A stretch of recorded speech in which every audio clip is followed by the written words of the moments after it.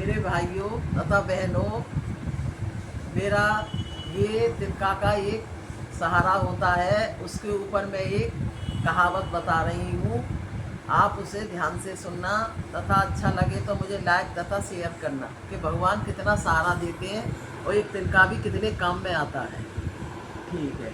एक दिन मैं ड्यूटी करती थी खैर में, तो खैर से मैं खेड़े को जा रही थी। वहाँ एक लालगढ़ी गांव है, तो मैं रोडवेज बस में बैठी थी।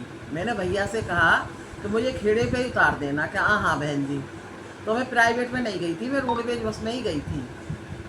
तो मैं जैसे चलती गई तो मैंने कहा भैया खेड़ा तो निकल गया, आपने ये करा कि बहन जी याद नहीं रहा।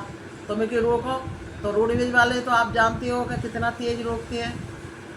मैंने कहा भैया आप तुम रोकोगे, और मैं एकदम रोडवेज में वैसे तो बैठती नहीं हूँ, और आप तो बहुत तेज़ रोक के आपने तो खड़ी कर दी। यहाँ तो पोखर है, मैं कैसे करूँ।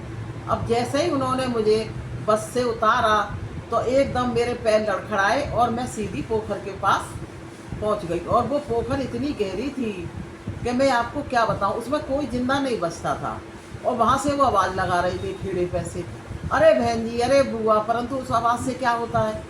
फिर मैंने देवी मैया का नाम लिया और मैंने भगवान को पुकारा, और मुझे घास सहारे मिल गई।